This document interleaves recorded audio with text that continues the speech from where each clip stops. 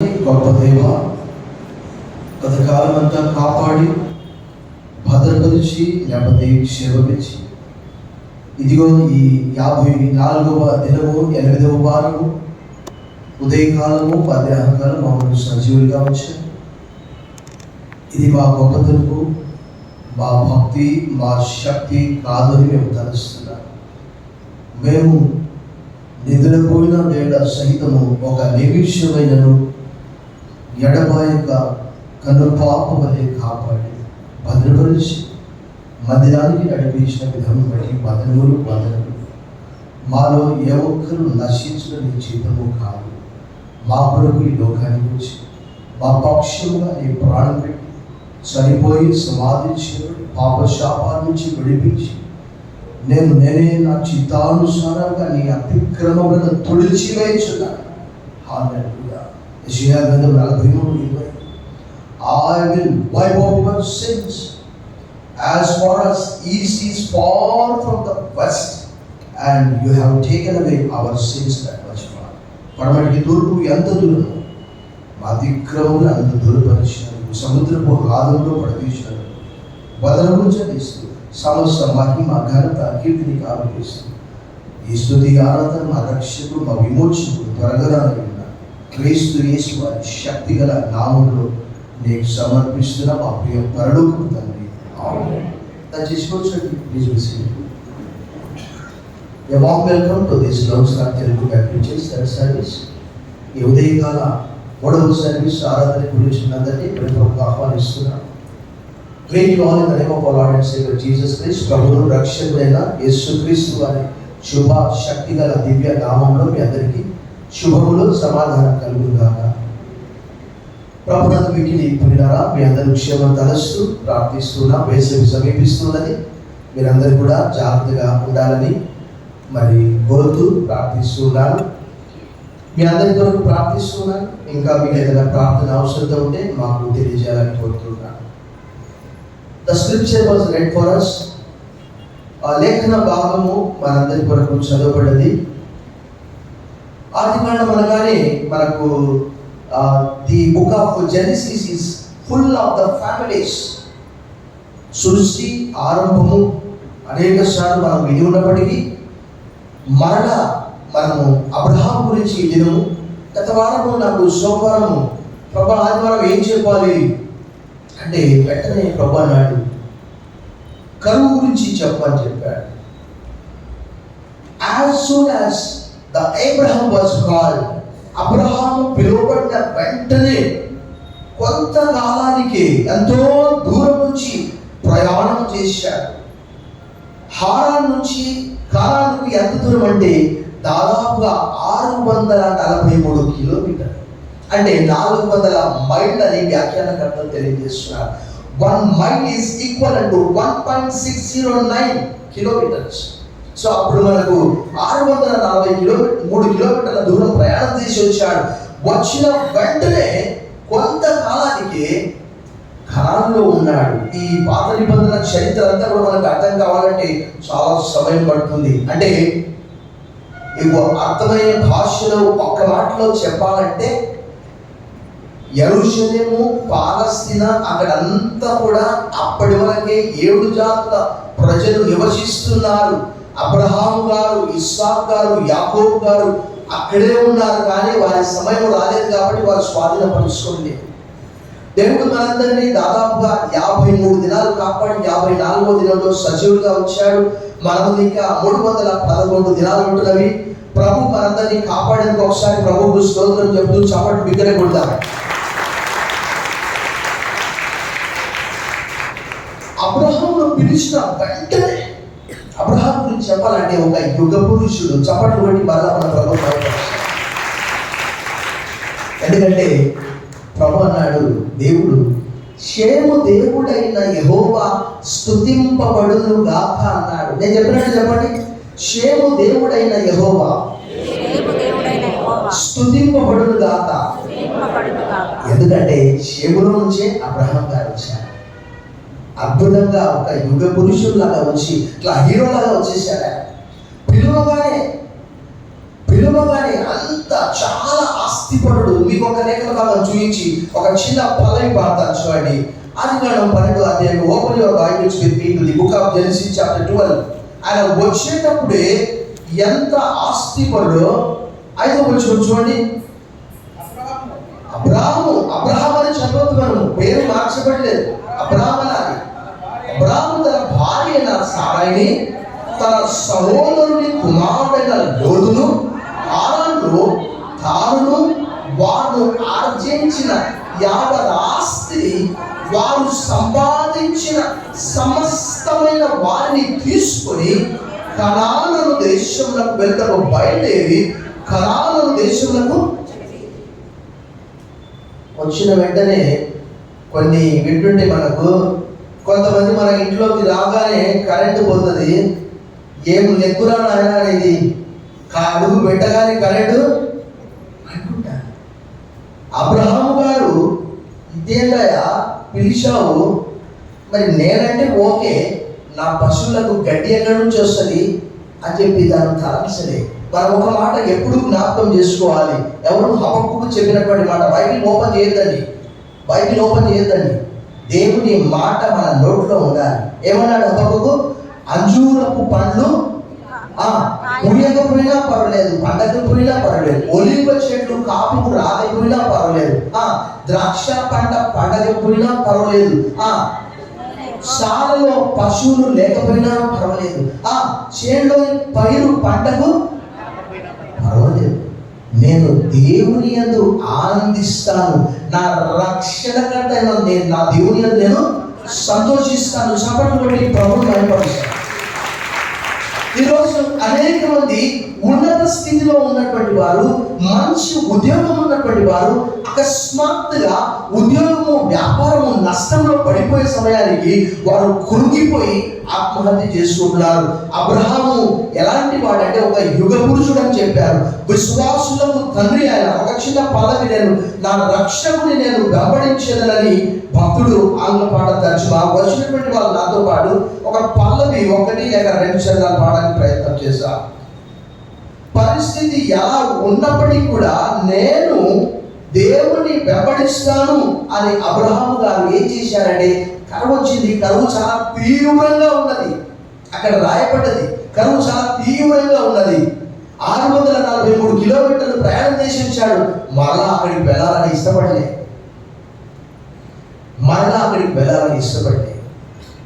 ఏం చేశాడు?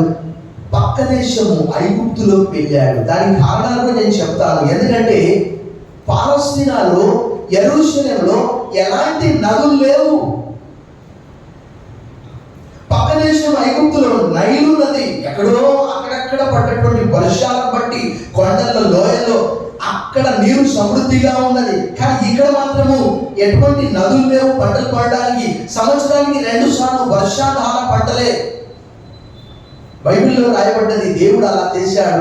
వారు ఆకాశం వైపు చూడాలని అలాంటి నదులు పెట్టలేదు. చూడండి, నా రక్షకుని వెంబడితున్నన్నిటన్ ఘోరమైన 426వ పాట ఆంధ్రప్రదేశ్ కీర్తనలో.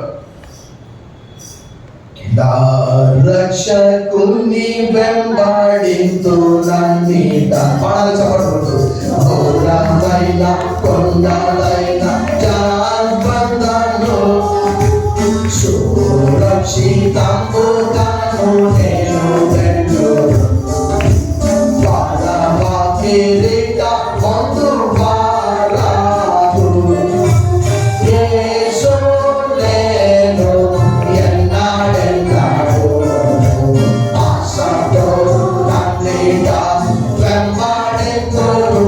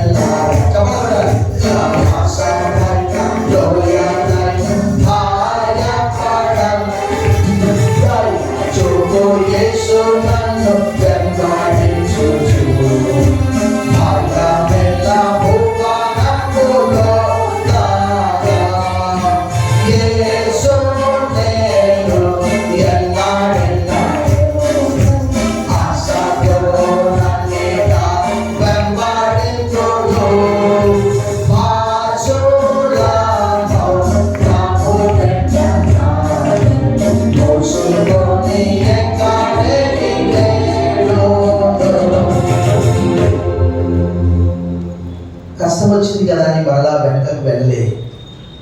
Just he went to Egypt as it is the neighbouring country. ఇప్పటికీ మీరు అంతర్జాతీయ వార్తల్లో చూస్తే పాలస్తీనా ఇజ్రాయెల్ మధ్యలో యుద్ధము జరుగుతూ ఉన్నది. ఐగుప్తు బార్డర్ ఏది అంటే రఫా బార్డర్ అంటారు, అక్కడ చెక్ పోస్ట్ ఉంటుంది. మనందరికీ తెలుసు హోషేయ గ్రంథం 11:1, మత్తయి సువార్త 2వ అధ్యాయంలో అక్కడ రాయబడ్డ విషయం ఏంటి అని అంటే, యోసేపు అక్కడ చిన్నవాడు శిశువు యేసుప్రభు వారికి అపాయం ఉన్నది కాబట్టి అక్కడ ఐగుప్తుకు వెళ్ళమని ప్రభువు చెప్పాడు. సో కొంతకాలం అక్కడ ఉండడానికి అంటే ఎంత దూరము? బార్డర్ అంతే, జస్ట్ 30 కిలోమీటర్ దాటితే బార్డర్ అంతే. బార్డర్ అవతల పడిపోయాడు అంతే. మనందరికీ తెలుసు తమిళనాడు అంటే మనకి ఎంత దూరం ఉంది? 180 కిలోమీటర్లు. కానీ అంతకంటే ముందుగానే బార్డర్ వచ్చేసింది. అలాగూ అబ్రహాము గారు ఇక్కడ అబ్రహాముగా ఉంటున్నాడు. కరువు వచ్చిన వెంటనే ఆయన మరలా వెనకకు వెళ్ళలేదు. ప్రభా ఎందుకు ఇలా అయింది? కరువులు ఎందుకు వస్తాయంటే ఒకవేళ కనాను ప్రజలకు పనిష్మెంట్ ఇవ్వడానికి. we see lot of famines in the Bible. చాలా కరువులు ఉన్నాయి. there was a famine during the Abraham time, there was a famine during the Isaac time, there was a famine during the Jacob time. ఇప్పుడు కూడా మొన్న ఒక pastor గారు చెప్తూ ఉన్నారు, 1977లో ఒక పెద్ద వరద వచ్చి 10,000 మంది చనిపోయారట దిగుసీమలో. 10 లక్షల యానిమల్స్, పశువులు, జంతువులు అన్నీ చచ్చిపోయాయట. 77, 79లో ఇలాంటి సంఘటన.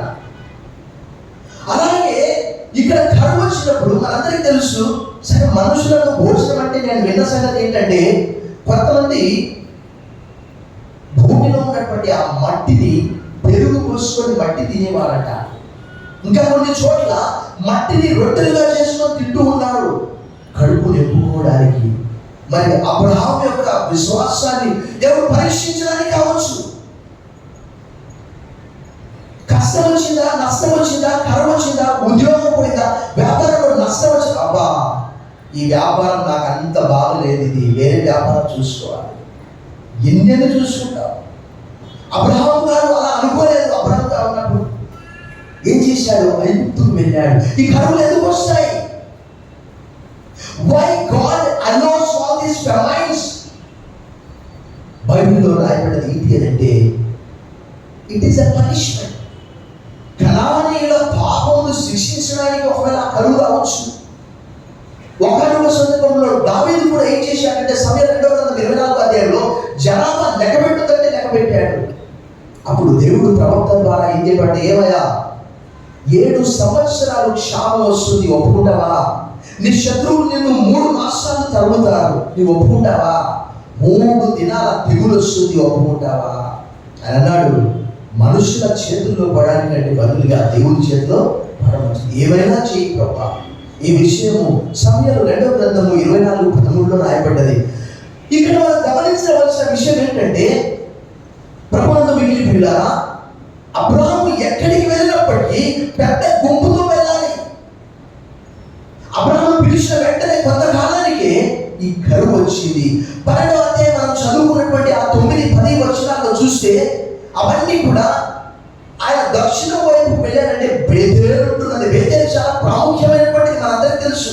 యాకోబు ప్రయాణం చేసి వెళ్ళే సమయంలో కూడా అక్కడ ఏం చేశాడు?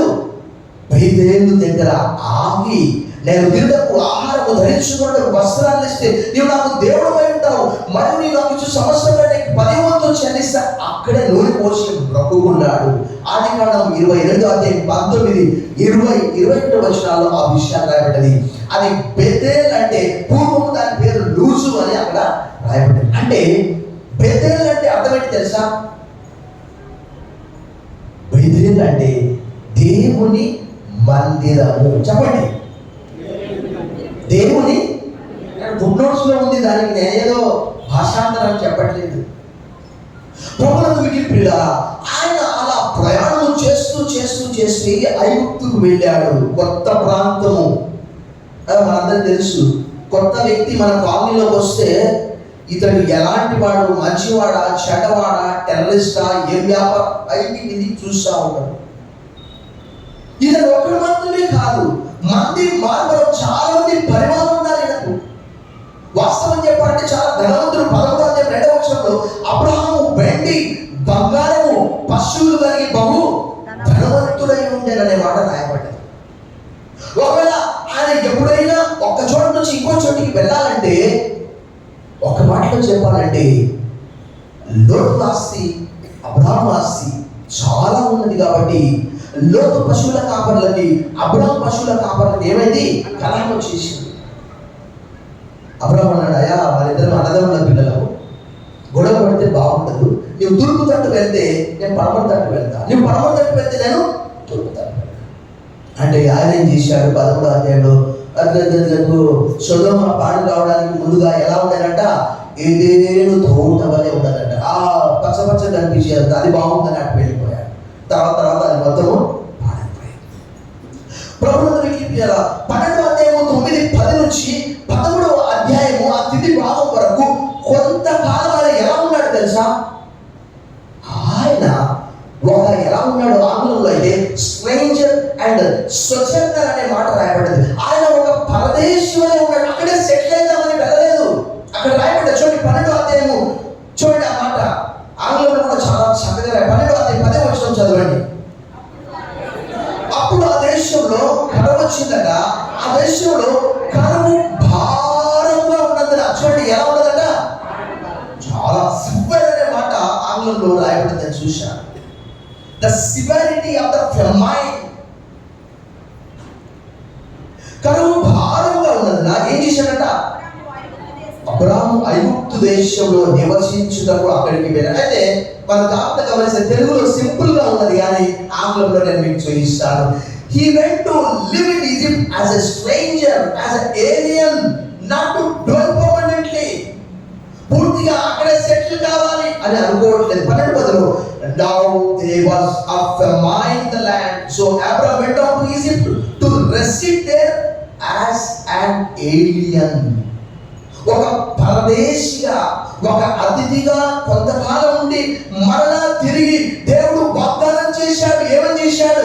ఇదిగో అయ్యా, తరచుగా చెప్పాడు, నీవు సంచరించే ఈ భూమి అంతా కూడా నేను నీకు ఇస్తానన్నాడు. 13వ అధ్యాయంలో తిరుగుతూ ఉన్నప్పుడు, నీ సంతానాన్ని ఆకాశపు నక్షత్రముల వలె చేస్తాను, ఇసుక రేణువుల వలె చేస్తాను. సో దేవుని మాటకు లోబడ్డాడు. ఎక్కడ వెళ్తే అక్కడ బలిపీఠాలు కడతా ఉన్నాడు. 12వ అధ్యాయంలో ప్రార్థన చేస్తా ఉన్నాడు. ఆయన ప్రార్థన చేస్తుంటే పరివారందరూ కూడా చూస్తూ ఉన్నారు. ఎంతమంది పరివారం అంటే 14వ అధ్యాయం 14వ వచనం రాయబడింది, 318 మంది పరివారాలంట. యుద్ధం చేసేవాళ్ళట. ఒకవేళ వాళ్ళ భార్యలు, వాళ్ళ పిల్లలు, వాళ్ళ ఇరువురు తల్లిదండ్రులు అయితే ఎంత మంది అంటే, ఒకనొక సందర్భంలో బైబిల్లో రాయబడ్డ విషయం ఏంటంటే, యాకోబు ఏశావుల ఆస్తి బహు విస్తారం కాబట్టి భూమి వారిని భరించలేకపోయిందంట. 36వ అధ్యాయం 7వ వచనంలో రాయబడ్డది. మనకున్న సమయాన్ని బట్టి నేను ఓపెన్ చేయించట్లేదు. ప్రభునందు మిక్కిలి ప్రియులారా, పిలిచాడు దేవుడు. ఐగుప్తుకు వెళ్ళినప్పుడు ఐగుప్తులో భయమైనకు, అందుకే శారాతో చెప్పాడు, అమ్మా నేను ఎక్కడ పోతే అక్కడ నీవేంటి. అబ్రాహాముకు 75 సంవత్సరాలు, సారాకు 65 సంవత్సరాలు. అయినప్పటికీ కూడా 65 సంవత్సరాలు చక్కటి అందమైనకు 125 సంవత్సరాలు బతికింది. అమ్మ నిన్ను పట్టిన చంపేస్తే కష్టము, ఎక్కడ పోతే అక్కడ ఏం చెప్పు, నా సహోదరుడు అని చెప్పమ్మా, పుణ్యం ఉంటుంది నీకు. అక్కడ భయము. అయితే ప్రభునందు మిగిలి ప్రియులారా, కరువు కానీ కష్టం కానీ దేవుని ప్రజలను కాపాడే పూర్తి బాధ్యత దేవుని ఉంటుంది. చెప్పండి కొట్టి మన ప్రభువును బయటపరుస్తాం. బైబిల్లో అద్భుతమైన విషయాలు రాయబడి ఏంటి అని అంటే, వారు ఆయా ప్రాంతాల్లో సంచరిస్తూ ఉన్నప్పుడు 104 కీర్తన 14-15 వచనాలు భక్తుడు అంటాడు, నేను అభిషేకించిన వారిని, నా ప్రవక్తను మీరు ముట్టకూడదని నేను వారికి ఆజ్ఞాపించాను, వారి కొరకు రాజులను గద్దించాను. అక్కడ ఫరోను దేవుడు గద్దించాడు. ఫరో భయపడ్డాడు. 20వ అధ్యాయంలో అయితే ఆయన ప్రవక్త అబీమెలెకుతో చెప్పాడు, నీ కొరకు ప్రార్థన చేస్తాడనా. సో కరువు చుట్టూ కరువు ఉంటున్నది, కానీ అబ్రాహాము విశ్వాసాన్ని బట్టి అక్కడ వెళ్ళి మరలా తిరిగి వస్తూ ఉన్నాడు. ఇస్సాకు కాలంలో కూడా అలాంటి కరువు వచ్చింది. ఆదికాండం 26 మొదటి వచనంలో అబ్రాహాము దినంలో వచ్చిన కరువు దాకా మరొక కరువు వచ్చిందట. దేవుడు అన్నాడు, Isaac, don't go to Egypt as your father went to Egypt. మీ తండ్రి ఐగుప్తుకు వెళ్ళినట్టు ఐగుప్తుకు వెళ్ళవద్దు. కొంతమంది ఏం చేస్తారంటే ప్రతిదానికి కష్టం వస్తే దేవుడి మీద ఆధారపడకుండా మా అన్న ఉన్నాడు, మా తమ్ముడు ఉన్నాడు, మా అక్కయ్య ఉన్నాడు, మా చిన్నాయన ఉన్నాడు, మా పెద్ద ఆయన ఉన్నాడు, మా పెద్ద ఉంది, మా అమ్మమ్మ ఉంది, మా ఫ్రెండ్ ఉన్నాడు. సరైన సమయానికి వారు ఎవరు ఆదుకోకపోవచ్చు. దేవుని వాక్యములో ఇస్సాకు దేవుని మాట విన్నాడు. దేవుడు అన్నాడు, ఓ ఐసాక్, నీ తండ్రి నా మాట విన్నాడు, నీవు కూడా నా మాట విని నిన్ను ఆశీర్వదిస్తాను. అక్కడ కూడా కరువు వచ్చింది. గరాలు అక్కడే ఉంది. చూడండి, దేవుడు వాగ్దానం చేశాడు భూమి, కానీ పూర్తిగా స్వాధీనం చేసుకోలేదు. అసలు యెహోషువ గ్రంథం 10వ రాయబడ్డది, యెరూషలేమును స్వాధీనం చేసుకోవడానికంటే ముందుగా అక్కడ రాజులు ఉన్నారు. దేవుని ప్రజల కంటే ముందు అక్కడ రాజులు ఉంటున్నారు, ప్రజలు ఉంటున్నారు. ఆ పట్టణం అంతా వారి స్వాధీనంలో ఉంటున్నది యెరూషలేము. ఇస్సాకుతో దేవుడు అన్నాడు, ఏమన్నాడే, అయ్యా నీవు ఐగుప్తుకు వెళ్ళవద్దు, ఇక్కడ ఉండు. అక్కడ రాయబడ్డ అద్భుతమైనటువంటి మాట ఏంటి తెలుసా? ఆదికాండం 26:12-13 నేను చెప్తాను, మీరు ఏమో చేయదని.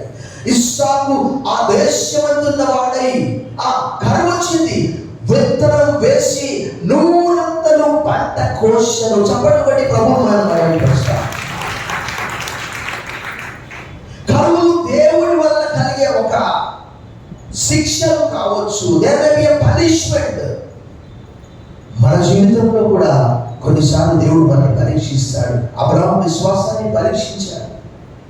పరీక్షించినప్పుడు ఆయన మరలా హారానుకు వెళ్ళలేదు. ఇందాక మనం చూసాం 12:5లో చాలా దూరం ప్రయాణం చేశాడు. దేవుడి వాక్యంలో చాలా విషయాలు ఉన్నాయి. హెబ్రీయులకు రాసిన పత్రిక 11:8, 13, 14, 16, 18 వచ్చినట్టు అక్కడ రాయబడింది. ఆయన ఎక్కడి నుంచి వచ్చాడు?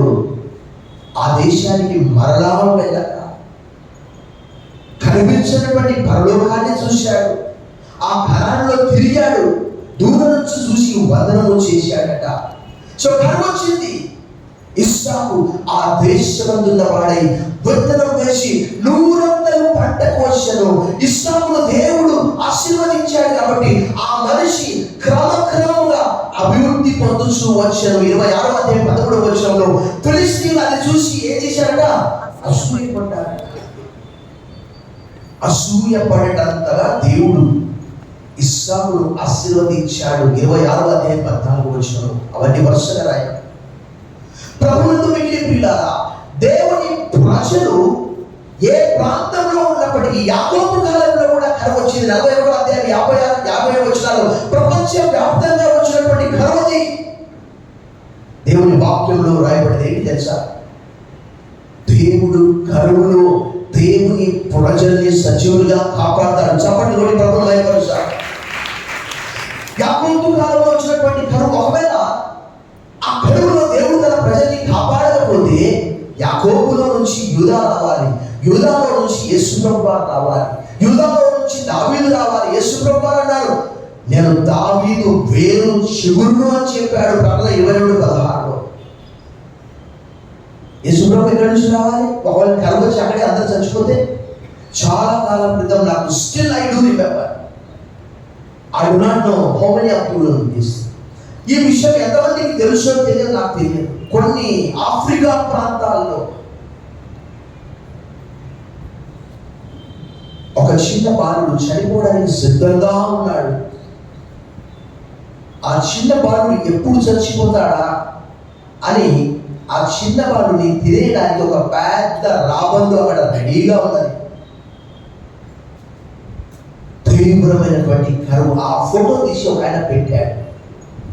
చూసి అక్కడ అంతా చచ్చిపోయినటువంటి వాళ్ళ ఎముకలే ఉన్నాయి. ఆకలి లేక ఈ మధ్యలో కూడా మా బాబు నాకు చూపించాడు. యెమెన్లో అంతర్యుద్ధం, ఒక చిన్న బాలుడు చనిపోవడానికంటే ముందుగా తల్లిదండ్రులు ఆహారం లేక ఏం చేస్తున్నారు తెలుసా? చక్కెర నీళ్ళు ఇస్తున్నారు. ఒక 5 సంవత్సరాల బాబు ఒళ్ళు పడుకోబెట్టుకొని. ఈ కరువు వచ్చింది. 42వ అధ్యాయం 56-57 వచనాల్లో, 42వ అధ్యాయం 1వ వచనంలో యాకోబు అన్నాడు, ఒకరు చూసుకుంటున్నారు. చెప్తున్నాడు, మనం చావకుండా ఉంటున్నట్లు ఐగుప్తుకు వెళ్ళండి, ధాన్యం తీసుకొని రాకండి. ప్రభువునందు మిక్కిలి ప్రియులారా, దేవుని వాక్యంలో ఒక అద్భుతమైనటువంటి మాట రాయబడింది. 107వ కీర్తన 34వ వచనం ఒకసారి చదవండి మీరు. The Book of Psalms 107 verse 34. 107:34. ఆయన ఏం చేస్తాడంట?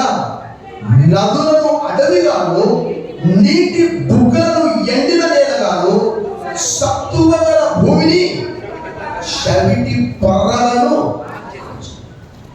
యెరూషలేములో ఎందుకు కరువు వచ్చిందంటే, కనానీయులు 7 జాతుల ప్రజలు ఉంటున్నారు అక్కడ. వాస్తవంగా చెప్పాలంటే వర్షాధార పంటలు అక్కడ అంతే. సంవత్సరానికి 2 పంటలు పడుతాయి, 2 సార్లు వర్షం వస్తుంది. అదంతా కూడా మీరు ఇంటికి వెళ్ళిన తర్వాత ఎంత అద్భుతమైనటువంటి దేశం అనేది ఒకసారి చూడండి. ద్వితీయోపదేశం కాండ 8వ అధ్యాయంలో ఏమని రాయబడ్డ? ద్వితీయోపదేశం కాండ 8వ అధ్యాయంలో దేవుడు వారితో చెప్పినటువంటి మాట, నేను మీకు ఎలాంటి దేశాన్ని ఇస్తూ ఉన్నాను అంటే 8వ అధ్యాయంలో 7వ వచనం ఏమంటాడో చూడండి. నీ దేవుడైన యెహోవా నిన్ను మంచి దేశంలో ప్రవేశపెట్టు. అది ఎలాంటి దేశం అంట? నీటి వాగులను, లోయల్లో నుండి, కొండల్లో నుండి పారు ఊటలను, అగాధ జలములు గల. ఇవన్నీ కూడా మనము జాగ్రత్తగా గమనిస్తే సంఖ్యాకాండం 13వ అధ్యాయంలో ఆ విషయాలన్నీ కూడా రాయబడ్డాయి.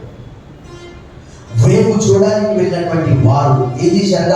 ఒక ద్రాక్ష గెల ఆడ కోసి ఎంతమంది ఇచ్చారట? 2 మోసుకొని తీసుకొచ్చారట.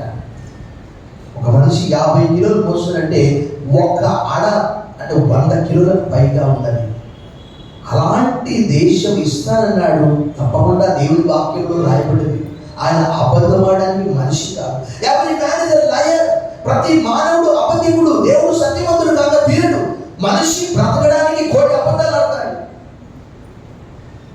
కానీ అబ్రహాం ఎప్పుడు కూడా విశ్వాసులకు తండ్రి కాబట్టి కష్టం వస్తే మీరు ఎప్పుడు కూడా హబక్కు గ్రంథం 3:18-19 మీరు తలంచండి. దేవుని వాక్యములో ఐగుప్తుకు వెళ్ళినప్పటికీ కూడా ఐగుప్తులో సేఫ్టీ, సెక్యూరిటీ దేవుని వాక్యంలో ఏమని రావడం తెలుసా? ఒకనొక సందర్భంలో ఐగుప్తంతా కూడా దట్టమైనటువంటి చీకటి, 3 దినాల గాఢ చీకటి.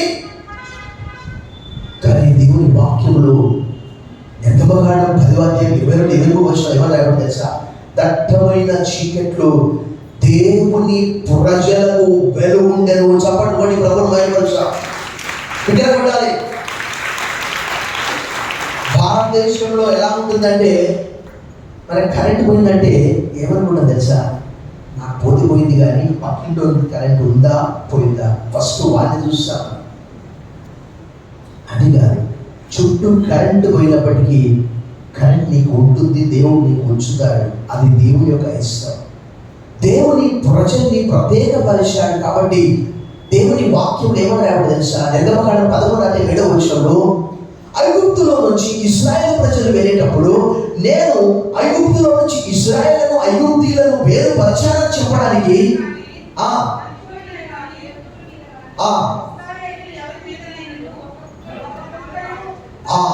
కుక్కలంట ఏం చేస్తుందట? నాలుక కూడా ఇలా అన్నదంట. మన ఇంటికి దొంగ వస్తే ఫస్ట్ కుక్క ఉందనుకో, కుక్క ఇచ్చి పెడతాం పోయి వాడికి అరవాలని. కానీ దేవుని ప్రజలకు అలాంటి కాపుదల. మన జీవితంలో కష్ట నష్ట దుఃఖ వ్యాధి బాధ ఇరుకు పాట పాడేవాళ్ళం. నా రక్షకుని వెంబడితులన్నిటని లోయలైన కొండలైన జంకొందలు సురక్షితంగా నేను వెళ్తాను. నా దేవుడు నాతో కూడా ఉన్నాడు. నా కష్టంలో నాతో కూడా ప్రయాణం చేస్తూ ఉన్నాడు. ఇలా మనం మాట్లాడుతూ పోతే అద్భుతమైన విషయాలు. ఒక సందర్భంలో యాకోబుతో దేవుడు అన్నాడు, ఏ జేకబ్ చలో మై విత్ యు ఆల్సో, నీతో పాటు నేను కూడా వస్తా, ఐగుప్తుకు పద. ఐగుప్తుకు వెళ్ళడానికి ఒకనొక సందర్భంలో యాకోబు భయపడ్డాడు. అబ్రహాము జీవితంలో తను ఎప్పుడు కూడా హెబ్రీయులకు రాసిన పత్రిక 11వ అధ్యాయం 8, 13, 14, 16, 18 వచనాల్లో స్పష్టంగా రాయి. ఆయన నమ్మాడు కాబట్టి ఆయన విశ్వాసం తండ్రిగా ఉన్నాడు. కరువు వచ్చింది. మన జీవితంలో కూడా అలాంటి ఇరుకులు రావచ్చు. దేవుని వాక్యంలో యాకోబు ఒకానొక సందర్భంలో ప్రయాణం చేసే సమయంలో కొన్ని చేదు సంఘటనలు, దుఃఖకరమైన సంఘటనలు కూడా కలిగాయి. 34వ అధ్యాయంలో దీనా అవతల దేశం పోయి పాడైపోతుంది. 12 మందిలో మొదల కుమార్తె షిమ్యోను లేకపోయి అక్కడ ఉన్నటువంటి వారందరినీ కూడా చంపేస్తారు. చాలా మంది చంపి దీనా తీసుకొని వస్తారు. యాకోబు అంటాడు, ఏంటయ్యా మీరు చేసింది? మనం చాలా తక్కువ మంది ఉన్నాము, ఒకవేళ వారందరూ వస్తే మన పరిస్థితి ఏంటి అంటే, దేవుని భయం ఆ చుట్టుపక్కల ప్రజలకు ఉండేది కాబట్టి వారు యాకోబు వారందరినీ కూడా తరమలేదని మాట రాయబడి. చూడండి 35వ అధ్యాయం ఆదికాండ ఒకసారి చూడండి. 35:4 వచనం. వారు తమ యుద్ధనున్న అన్య దేవతలన్నింటినీ తమ చెవులున్న పోగులను షకేము దగ్గర మస్తకి చెబుత వాటిని దాచిపెట్టిన. 5వ వచనం. వారు ప్రయాణమైపోయినప్పుడు దేవుని భయం వారి చుట్టూ ఉన్న పట్టణముల మీద ఉండేది కనుక వారు యాకోబు కుమారులను దేవుడు వారితో కూడా ఐగుప్తులో నివసించడానికి వెళ్ళినప్పుడు అబ్రాహాముతో కూడా దేవుడు ఉన్నాడు. తాత్కాలికంగా నివసించడానికి వెళ్ళాడు. కొత్తగా ఎవరైనా యేసు ప్రభువును నమ్మితే కష్టం వస్తే, అనారోగ్యం కలిగితే 2001వ సంవత్సరం అప్పటికి నమ్మి 2 సంవత్సరాలు అయింది. నా పాపకు తీవ్రమైనటువంటి జబ్బు వచ్చింది. My daughter had tuberculosis, which was a dreadful disease, and those days there was no free medicine. We were unable to buy the medicine, and she was admitted in the Nehru Children's Hospital for 22 days. Pastor వైద్యుల దుమ్మెది పోసింది. నీకు విశ్వాసం లేదేం లేదు, నీ భక్తి అంతా నటన, నీకు ప్రేమ లేదు. ప్రభువా అని బైబిల్ కాలేజీలో అనేక మంది ప్రార్థించారు. పెద్ద పెద్ద లెక్చరర్స్ కూడా వారు డాక్టర్ డ్రెస్ వేసుకొని, మనందరికీ తెలుసు కొన్నిసార్లు పేషెంట్ దగ్గరికి ఎవరిని కూడా అనుమతించారు. ఆ లెక్చరర్, కేరళ లెక్చరర్ ఆ డ్రెస్ వేసుకొని చూసిన వాళ్ళందరూ ఆయన డాక్టర్ అనుకున్నారు. ఆయన లోపలికి వెళ్ళి పాప కొరకు ప్రార్థన చేసి వచ్చాడు. The dreadful disease it was. అప్పుడు పాస్టర్ కొత్తగా జస్ట్ ఒక 1 year అయిందంటే 2000లో వచ్చింది. వచ్చిన కొంతకాలానికి ఆ డిసీజ్ వచ్చింది. నీ విశ్వాసాన్ని పరీక్షించుకొని ఆ బైబిల్ ఆమె దగ్గర ఉంచి నేను డైలీ పోయి వచ్చేవాడిని. లడ్డి కప్పుల్లో నిలువపరిచిన పిల్లల హాస్పిటల్. నేను ప్రభువుని అడిగాను, ప్రభా నేను తనతో చెప్తే మొట్టమొదటి నమ్మలేదు. యోబు అన్నాడు, the Lord has given, the Lord has taken away, blessed be the name of the Lord. యెహోవా ఇచ్చిన యెహోవా తీసుకోడు. యెహోవా నామమునకు ఆయన కొత్తగా నమ్మింది, పాప చచ్చిపోవాలని ప్రార్థన చేస్తున్నవాడు. ప్రభునందు మిక్కిలి ప్రియులారా, ఇదంతా కూడా మన విశ్వాసాన్ని కలిగే పరీక్ష కావచ్చు. అబ్రాహామును పిలిచిన వెంటనే కరువు వచ్చింది కొంతకాలానికి. అయినప్పటికీ కూడా ఆయన భయపడలేదు. ఇస్సాకు కాలంలో కరువు వచ్చింది, యాకోబు కాలంలో కరువు వచ్చింది. కానీ దేవుడు అన్ని సమయాల్లో, అన్ని సందర్భాల్లో, ఇక మనం మాట్లాడుతూ పోతే మనకు సమయం లేదు. సింహం పిల్లలు లేమి గలవై ఆకలి వలన యెహోవాని ఆశ్రయించు వారికి ఏ మేలు? Young age may lack and suffer for hunger, but those who seek the Lord shall not lack anything. నా జీవితంలో అనేక సమస్యలు, కష్టాలు, నష్టాలు, nothing can separate us from the love of Christ. తలలోంచండి ప్రార్థన చేశాం. సర్వశక్తి గల దేవా, ఇదే కాలము అబ్రహాము ఆయన పిలువబడిన వెంటనే అబ్రహాము కావచ్చు కాదు ముందుకు సాగిపోయి విశ్వాసులకు తండ్రిగా ఉన్నాడు.